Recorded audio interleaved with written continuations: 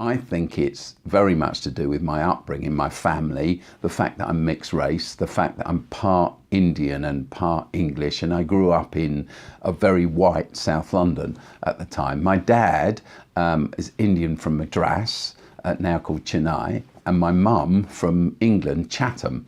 And when they met, and married, some of my mum's family refused to have any contact with her ever again, because my dad was really dark skinned, kind of very, very dark brown, almost jet black, Southern Indian.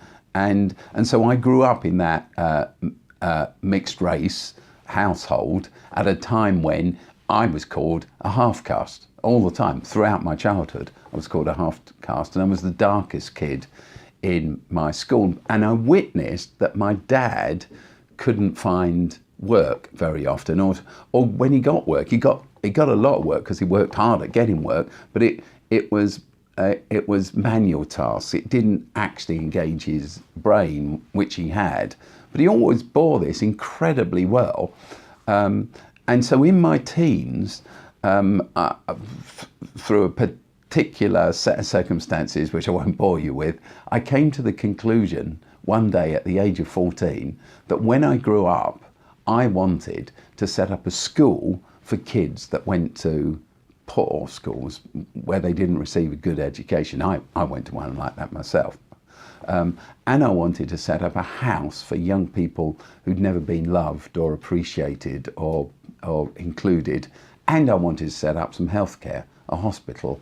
And looking back on it now, the years have gone, and this charity that I founded called Oasis started, and we run loads of schools and tons of housing and lots of healthcare in this country and elsewhere. I'm often asked what it was that guided me in all of this. And I think it was that situation I've just talked about. I saw injustice, and I wanted, I suppose, inside me, I suppose, was this thing that said, I've got to do something about it all.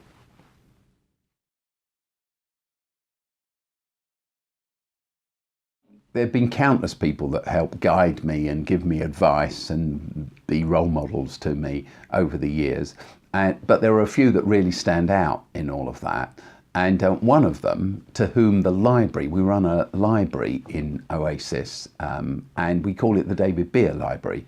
David Beer, I got to know him when I was 21 because I wanted to work for a church, I wanted to do youth work, I wanted to become a church leader, and I applied to theological college, and they refused to take me, but said I had to go and work with him in a place called Gravesend in Kent for a year, and then I could reapply. And so I worked with him this whole year. It was a fantastic experience, and eventually got into theological college. And actually at the end of 4 years study, David offered me a job. So on leaving college, he offered me a job, and I went to work with him in Tunbridge in Kent and worked with him for 4 years. And that was the foundation, if you like, for setting up the Oasis Trust. So I owe him so much.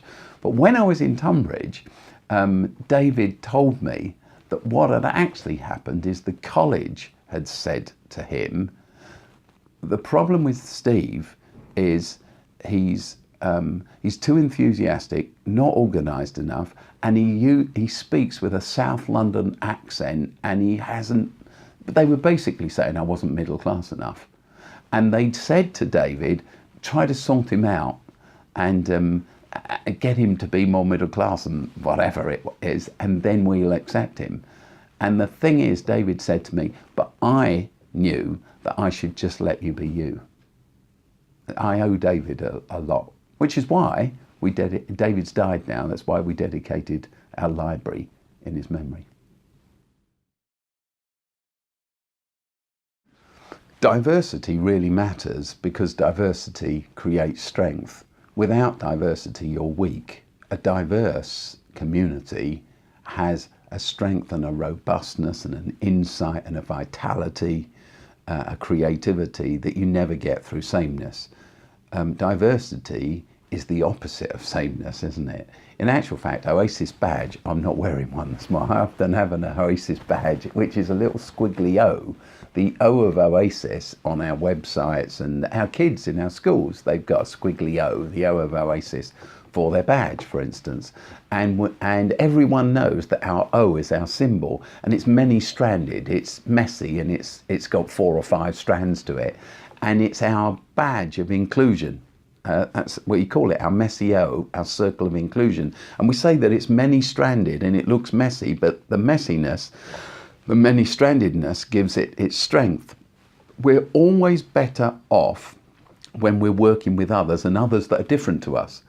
A community is only a community because of its diversity. If you go to some kind of meeting, or you belong to some kind of group of sameness, you're all middle-aged people who love playing golf and live on the same estate with the same outlook, and you vote the same, etc., and are from the same income bracket and the same ethnicity, you're not a community. You are a club. A community has to have diversity, otherwise it degenerates into just a club. One of the things that happens to me a lot in my job is someone will come up to me, and when there's something that we're doing that they don't quite appreciate, and they say, I've been talking to people and everybody thinks you're wrong or thinks this. And I've learned over the years that everybody normally means 1 or 2 other people of almost identikit, they're identikit together. These are my closest friends who see everything the way I do, and we always have coffee together on a Wednesday and blah, blah, blah, blah. Very few people in society actually know a breadth of people. And I think as a leader, it's my job to listen to a real breadth of people, a diversity of ethnicity, a diversity of sexuality, a diversity of age, a diversity of gender, a diversity of abilities and outlooks, a diversity of income, to know as big a spread as possible, to know them. I don't mean to have bumped into them, but I mean to have invited them into my home, to have a meal with them, to go out with them, to sit and have a drink with them, to know them, to listen to them, to see them. I mean, really see them, not hi, but see them. The more I do that, the richer a person I become.